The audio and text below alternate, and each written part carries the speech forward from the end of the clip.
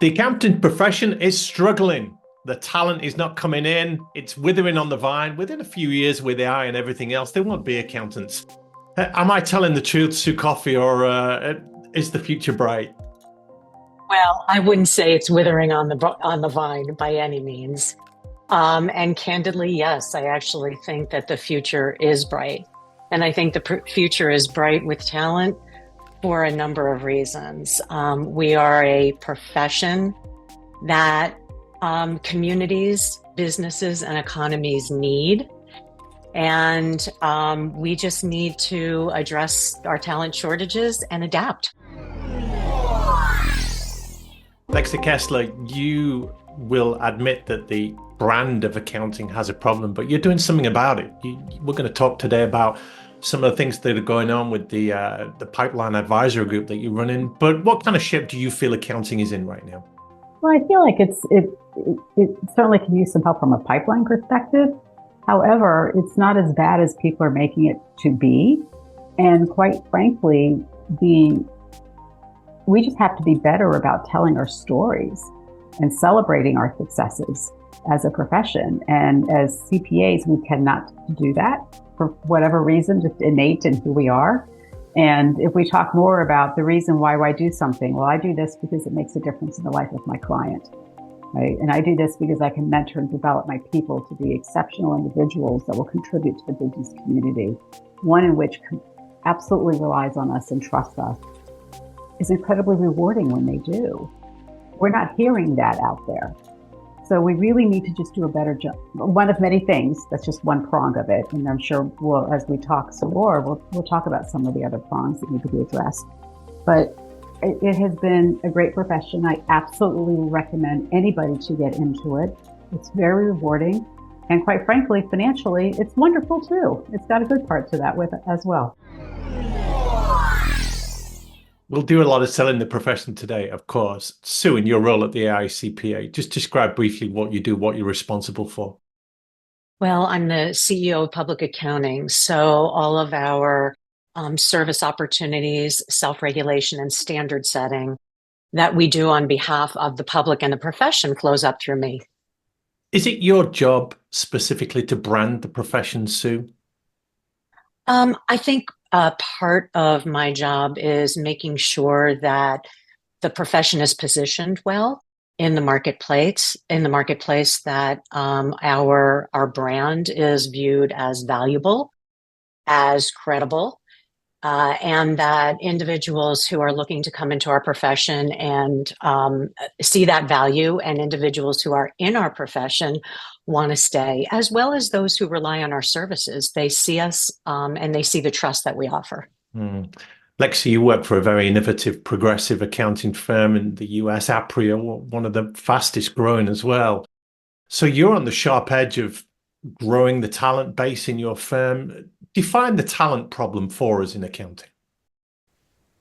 I think the problem is getting the pool to be just larger. We just need to move the needle a little bit, and it will make a significant difference for our profession. And there's a couple of ideas and thoughts that we have in developing and putting together our draft report to be released. But by the time we air, have been released and being close to being finalized in July of 2024. So I think that there's a lot of opportunities that are there. There's some mindset shifts. And quite frankly, I think that it's more of thinking longer term and adapting to where the puck is going and thinking from that perspective. And that's exactly what the conversations have been over the past year that we've been working on this. So you appointed Lexy to chair the Talent Pipeline Advisory Group. Why did you feel this was required to form such a group? Yeah, well, over the last several years, we've obviously been noticing that things were happening with our talent pipeline as a result of, for example, declining birth rates in the United States and our lack or limited immigration policy. But then there were other things that were occurring in the demand space, right? So complexities of the world, economies, business, the need for new competencies, this kind of explosion of service opportunities. So looking at both the supply and the demand side, we started to see patterns. And our governing council, our board of directors, determined that we really needed to invest in understanding the root causes and what were those things that we should be doing as an organization, as well as with all of our stakeholder partners in solving the problem.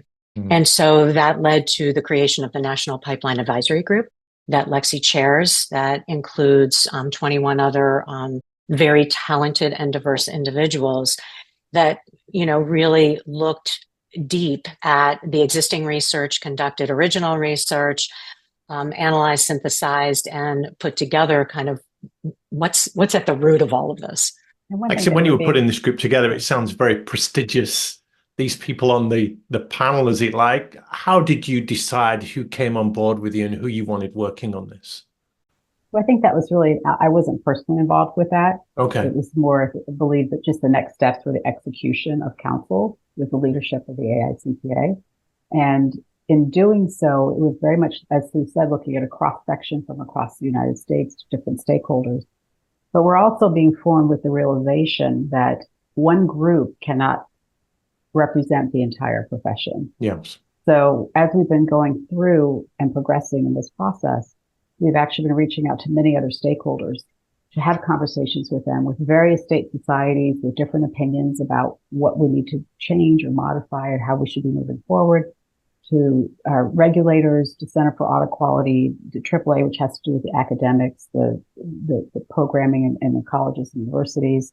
We've actually also reached out to an organization called NCARB, which is the Professional Association for Architects. They as well are looking at methods to modernize their license process. And so we wanted to glean some insight from them as to what are some of the things that they are doing, what has been successful, what hasn't. So we're really trying to pull information as a group from many other stakeholders as well from our ecosystem.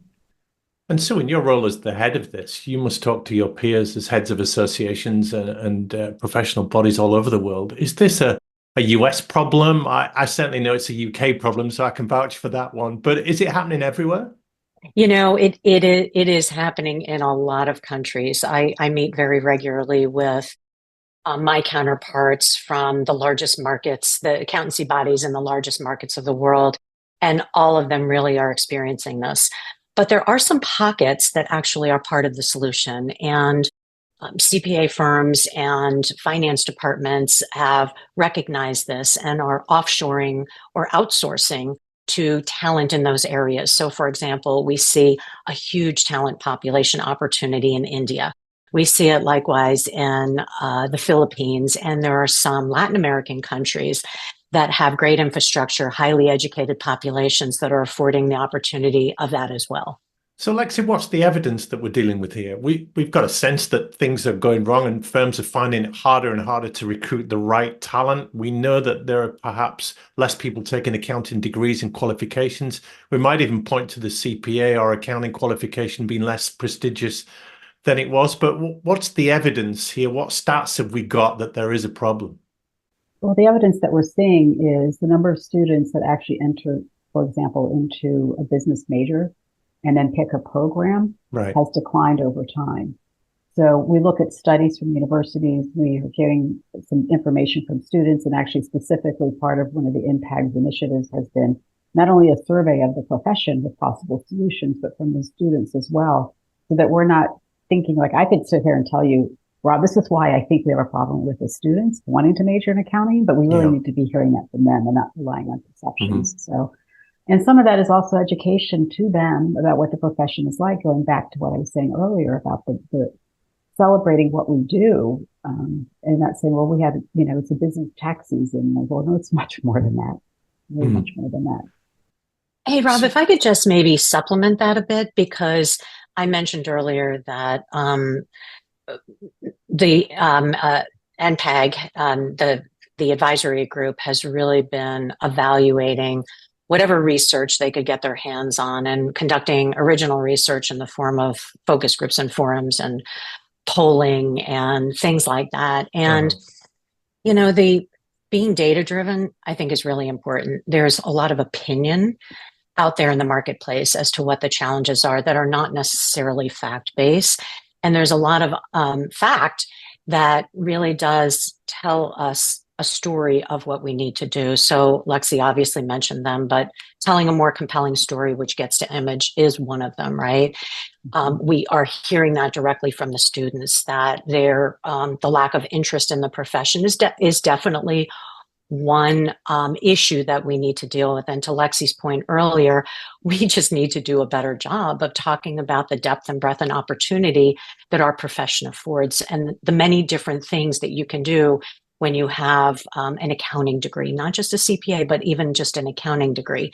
The other thing we learned is that the cost and time of education is definitely an issue, so we have to address that. And the research tells us that it's more of an issue for individuals who come from communities with socioeconomic issues. Okay, so that's something we have to address. The other thing, to Lexy's point, is that when you look at students that declare an accounting major, students that declare a business major when they go to university, only 1 in 8 declare accounting, and that number decreases as they start to go through the program. So there's challenges with the academic experience. And so taking a look at principles of accounting and intermediate accounting, and thinking about kind of this old, I want to weed out people versus pulling them through, is something we need to do as well. When they finally get there, many students don't hop over that line and get through CPA exam. And they just say, having my accounting degree is good enough. And when we ask them why, they say it takes a lot of time to study. And they're not given the time to study because life gets in the way, their jobs get in the way. So giving them more time. These are just examples. One more really important one, and I know Lexy is very passionate about this one, is that the experience of young professionals in their first 5 years of employment is super important to the whole equation, and firm business models really need to evolve. And Lexy, I don't know if you maybe want to say a few things about that, because I know you're particularly passionate about it. Yeah, it's very true. And it's funny, yesterday we had an end of busy season happy hour, and I was talking to some of our first year folks and asking them how it went. And like, it really wasn't as bad as I thought. And I said, can you please share that on social media? There is this idea, though, isn't it, that the profession shoots itself in the foot, with self-inflicted wounds, if you like, friendly fire, with the 150-hour rule, or the requirements for certain things, and it doesn't do itself many favors. So I want to dip into the solutions a little bit more, but quickly, Sue, if we don't do anything, will this self-correct? So, it's interesting. I've been thinking about that because, I've been in the profession for a long time, and over my career, I've seen kind of this ebb and flow of talent needs. But, this one's a bit different, and I don't think there's an option to do nothing here. If by nothing else, because of the birth rate issue, the declining birth rate issue, and there are just fewer people going to university. And when you couple that with the fact that there are many more opportunities that young adults have to choose from in order for career opportunities, it just makes it more acute. And so I think it may somewhat self-correct, but not completely. So that means it's not an option to do nothing. Yeah, the birth rate's an interesting one. We're suffering that in Europe for sure. Italy is leading the charge on the lowest birth rate in Europe, and the UK is not far behind. It's so expensive to bring up a child, to buy a house, to do all of these things. We know that. Mm-hmm. So, Lexy, the question that begs is, this is not just accounting's problem, is it? There must be many sectors and many professions that are struggling to recruit the kind of people they want, or is it exclusively an accounting issue? I don't think it's exclusive to accounting, but I do believe, and I don't have the data, Rob, to just be able to say for a fact, but I am sensing of what I'm hearing is that it does tend to be across professional services in general. And that's because people are choosing just different career paths versus the traditional that's out there. And it's the cost of education as well. Some of the survey data and research that we've read is today, there was one in particular that where parents were asked, if you had all the financial resources and means to be able to have your child go through college, what would you recommend that they do when they graduate from high school? And only like 54, 56% said that they would support them, that they believe they should go and get a 4-year degree. So there's this whole, which that was very surprising to me, because I'm a true believer of a vast amount of knowledge makes you a well-rounded individual. That makes you much better at what you do. That's just my personal philosophy. And to hear that was really surprising to me. So there's certain conditions we can't control that are market based. And so we've got to figure out how to get in front of that and be able to anticipate and be more nimble in thinking about how we make this easier for a go forward. I do think that the return on investment of the education is definitely an issue for all professions, but that also gets to competitive compensation, which as a profession, we are way more challenged with than other professions like law and medicine. So it is something, again, that we've identified that we need to address. But the one thing I would say is that lifetime earnings of professional accountants in the United States shouldn't be discounted, because as Lexy said in her opening remarks, it is a very lucrative profession if you stick with it. There's no question about that, Sue, but I might argue that you can do a lot of the accounting functions in a firm without being a qualified accountant. I had a story recently where a business had hired a group of software accredited professionals to do the majority of their accounts, and there wasn't a CPA or chartered accountancy qualification in sight. So we could speak to that as well, couldn't we, the relevance of the qualifications? I think that goes back to my, go ahead, Sue. No, you go, Lexy. That goes back to the comment I was making earlier about the well-rounded. It's not just debits and credits to that point. It's really about the business person piece of it and the different scenarios and the strategy behind the numbers as well.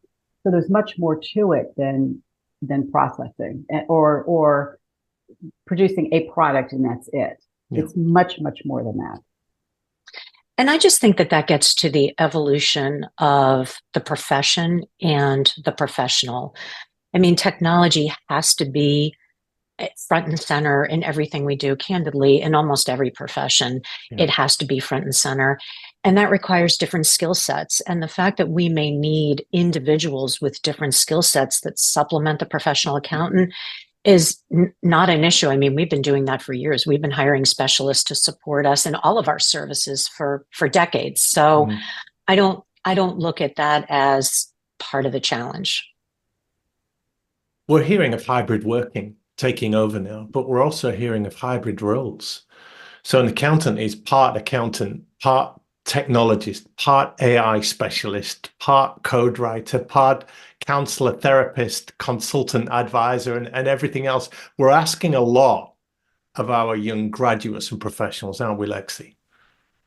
We are, but I think that there's pieces, and I think the CPA evolution is a great example of that, of how the exam just changed this past January, of really incorporating some of those other skill sets that are needed and valued, and being able to get to become a CPA with those strengths and abilities and being able to apply that. So I think that we've taken some good steps towards acknowledging that, recognizing that, and pulling them into the profession with that.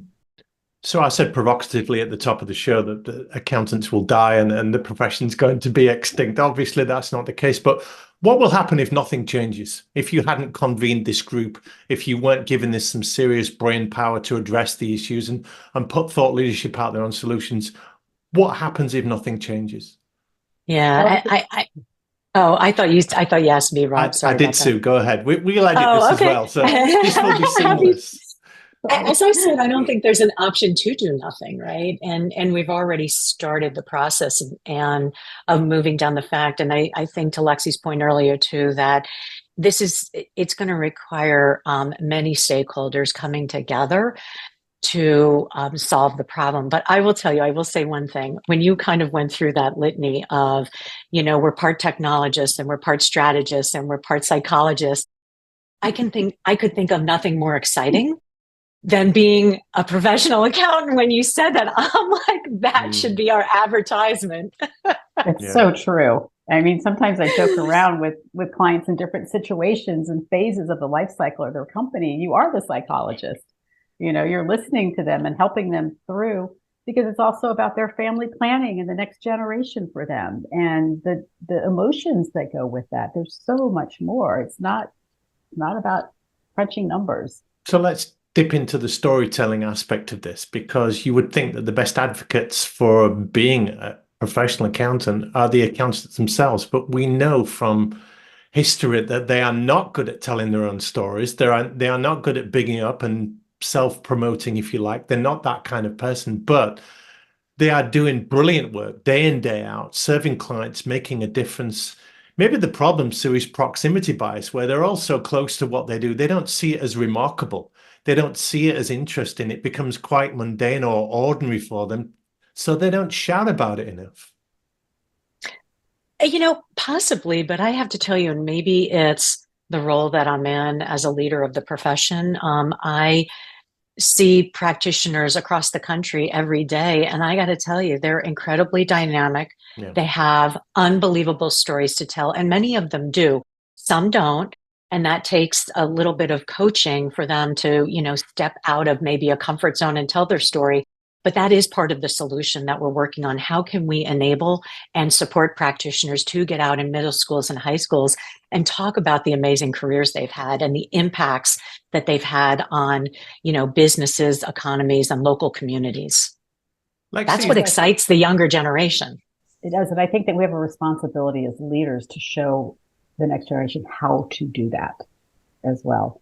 And I will tell you, when I've gone to some of these meetings, as we've been talking about NPAG and work that we're doing, I'm hearing much more from CEOs of major firms, large and small, I shouldn't say just major, where you're hearing them. We need to talk more about what we do. We need to celebrate. And internal to our own, even within Aprio, our managing partner, Richard Kopelman, has said, celebrate what we do. So if we start doing that, others absolutely will follow doing it. Mm. We've had Richard on the show, actually. He's a very enigmatic personality and probably not your average accounting type, but let's leave that to one side.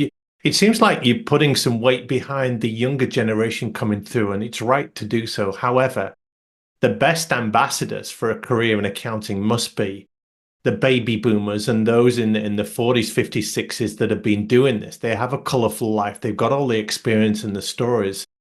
So are we placing some responsibility on their shoulders to weave a narrative here? Absolutely. And, we did some surveying.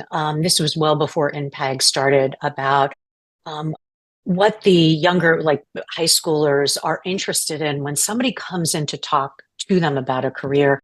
And candidly, I always thought it would be, somebody who's much, much closer to their age, that works in either a firm or a finance department, that's driving like a flashy car. And in some instances, that resonates. But actually, more frequently, those individuals who have had that lifetime of experience, who have those really interesting stories to tell about how they detected a fraud and worked with, an audit committee or a board of directors to address what that fraud is, or worked on a really complex tax transaction that saved a client, millions of dollars. Those type of stories really do resonate. And again, some practitioners say, well, maybe that's not so interesting. Well, high school students actually do find that interesting. So I think, to Lexy's point, enabling and providing these individuals with the tools they need in order to feel comfortable telling those stories, I think, is part of the solution. I work with a few accounting firms to tell their employer brand stories. So I interview their people to talk about why their firm is a great place to work. So when you look at an accounting firm website, there's the About Us page and our promises and what we deliver and our values and how we develop our people. But it's just quite two-dimensional. Here's our staff, here's a photo, and this is Lexy, and she does CrossFit on the weekend, and she's in our tax department. And it's all very samey, but getting the stories out of them. But to your point, Sue, you're right. They need a little bit of coaching on that to say, how do I tell my story, and how do I make what I do interesting, and how do I talk about the culture of my firm and the difference that I'm making with my clients and the impact that I'm having out there with my professional role. And Lexy, that's, I guess, part of the education here, is getting everyone to tell a better story. Absolutely it is. And it's an education process for all of us, because the culture of the profession hasn't been that way. And we're changing it to become a celebration of what we do. Mm. And when people, and even going through this process, like even now on social media, what I do with things, post things, it's like, thank you for celebrating our profession, and really changing the conversation and changing the dialogue and changing the words. I'm going to get on my soapbox for a moment and have a rant, because one of the things that undermines accounting for me is people calling it an industry. No disrespect to industries, but it's a profession. You've spoken about it in those terms, so it's like legal, it's like medical, and the people in it Absolutely, work hard. I'm a former high school math teacher. I'm a part qualified accountant, but I know the blood, sweat, and tears that go through the accounting qualification, and these are on a par with the very best of them. But in calling it an industry, for me, it just seems to demean a little bit what accountants are all about. Am I onto something there, or does it not matter to you? Yeah, no, you are for sure. And I've obviously been calling our profession a profession Yeah. since I started. We have a very important role in society. We are bound by a robust code of ethics. We are relied on for the trust that we build into our system every day, whether it's in public accounting or in management accounting. And so, yes, we are absolutely a profession that is on par with law and medicine and architecture and engineering. And we shouldn't forget that. And that is very important. And I think that is a candidly a recruiting tactic. I mean, Yeah. people want to know that they're part of a bigger and more important societal picture. So, Lexy, your findings are out now from this advisory group. What have you come up with? What are the solutions? You talked about storytelling, but what has the advisory group found? Well, so far we've talked about some themes that are coming out, because at this moment it's not issued yet. So you'll have to bear with me a little bit, but Right. definitely about telling a more compelling story. The cost of the education and the time to get that education and the license, making the academic experience more interesting and more engaging. Back to Sue's comment about the entry-level classes and pulling students through, not weeding them out. Supporting CPA candidates as they go through that process, whether it's paying for the exam, giving them time to study. Some of these areas that people live in are very expensive, and they can't afford to just take time off and start working later. And that first 1 to 5 years is crucial from a public accounting perspective, that we need to address, and that's working with the firms for them to understand that here's the data that we're getting back and the responses. And then it's also really our DEI results are not good. And we need to really expand on that and be more deliberate and intentional, reaching out to some of the underserved communities. There's a lot of people that probably would be amazing CPAs or accountants that have no idea what one is. Mm. So how do we get that message out there? The DI, just for our listeners, the diversity and the inclusion agenda. So absolutely. Yeah. And then last but not least, it's the longer term is how do we look to modernize the CPA licensure and how that looks to be sustainable so that in 10 years from now, we're not doing this again. So there is a longer term play that is being thought through, and how are we partnering with others to work through. That is probably going to be the next step, because right now here's a report, but it doesn't end there. Right? It's really what are we going to deploy? What are we going to look at? Who can we pull in as stakeholders? Who do we need to work with as stakeholders to make sure that this happens and gets executed on, where it's not just a report that goes on a virtual bookshelf. So you talk to leaders in accounting firms all the time. One of the problems is I get my accounting qualification and I come fresh-faced and dynamic into an accounting firm, and I get chained to a desk for 5 years doing Excel spreadsheets and really boring stuff, and I'm not exposed to the goodies, if you like. They have a role to play, don't they? The leaders and bosses and managers. Oh, absolutely. And they really need to think about their business models differently, and what that means around, for example, competitive compensation, the type of work. And the type of work is interesting, and the use of technology. And I think they go hand in glove, because some of that work that, maybe 5 years ago, those entry-level individuals might have said, oh, I hate doing that, is going to go away, right? It has already gone away, and they're already being expected to do high level thinking and work with clients on strategy and things like that, which is really exciting.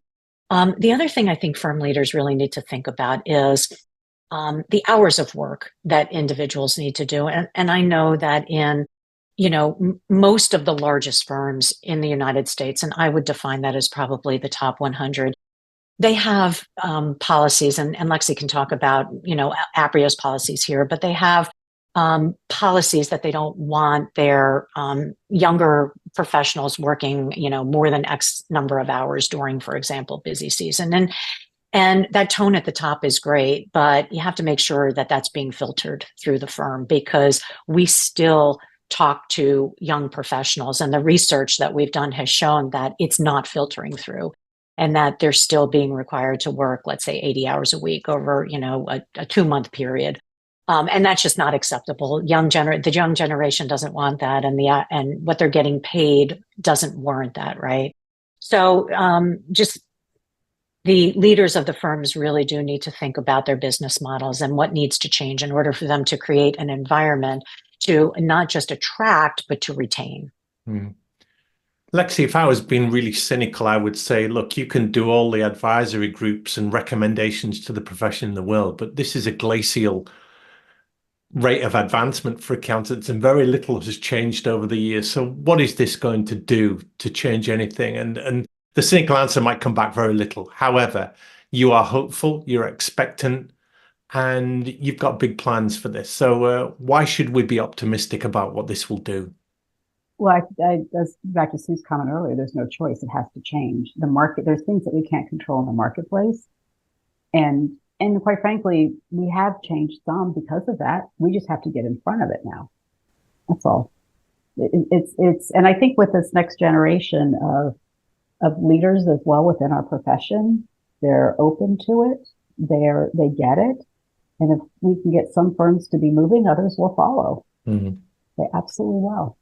So I'm just thinking, to get biblical for a moment, as the Israelites were wandering for 40 years in the desert, only 2 of them entered the promised land, and the rest of them didn't. And God had to get rid of a whole generation of people because they weren't ready or fit to enter before change could happen, before they could claim the promise and the potential. So just applying that to our situation here, perhaps there is a cohort, a generation that need to move on before this young new generation can come through who will really change the game. Is there something in that? Am I reaching there?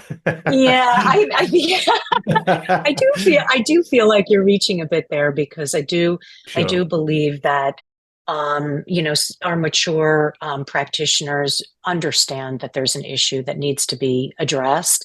It's just how to get there. And there's a blockage at the top end, though, a lot of time, isn't there, in decision making in firms? It speaks to business model, but at the equity model generally, and there's a lot of people with no incentive at all for change. It does. So go ahead, Lexy. I say that can happen at any generation, for the change. What happens is, though, I think that as you are seeing individuals retiring in leadership roles, that there is somebody with a fresh perspective. A fresh perspective brings change usually. Yeah. So I think the other thing I think the other thing you're seeing is, and particularly here in the United States, is that many firms are actually looking very aggressively at what needs to change within their business models. So you see private equity, you see firms that are partnering with private equity, you see firms that are establishing ESOPs, you see a lot of mega mergers in order to kind of solve some of these challenges. So I do think that there is a lot going on to actually seriously think about how to solve some of these problems through business model changes. Yeah. As we draw this to a close, I'm going to ask you both for a prediction. Something you would put your house on, something you are absolutely certain is going to happen. So I'll give you some leeway with where you go with that. But Lexy, we'll start with you. You've seen the writing on the wall. You know what's happening now. You know what you want to happen. Give us a solid prediction for the next few years in the accounting world. For the next few years, I do believe that we will have an approach to modernize the CPA license. I absolutely believe that. Sue, prediction from you? I think there's going to continue to be some pain in the system as stakeholders figure out what their role is, and they're challenged with some of the ideas and being able to execute. And so I don't think that this is going to come easy for all of us, but I do believe that if all the stakeholders come together, we can absolutely make significant progress. Yeah. Well, let's finish by asking you what excites you most for the future. So, Lexy, for you, why is this a great time to be in accounting? Why are you so excited about what's coming up? Tell a good story.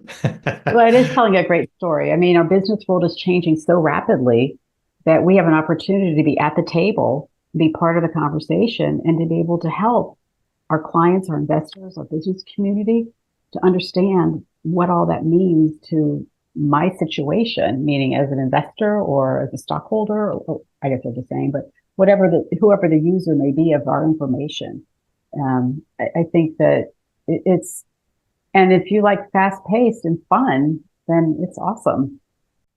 So what excites you most about the next few years in this accounting game? I think for me, it is how technology is going to enable us to do so many different things and provide so many different services. And to Lexy's point, kind of being at the table and the expectations, that to me is super exciting. It's really about change and enablement. Well, that's amazing. Both of you, thank you so much for your passion and your insights today. We hail a brave new world for the accounting profession, and we hope that the output from your advisory pipeline group is really going to move the dial and make a difference to everybody. Thank you. Thank you. Thanks, Rob.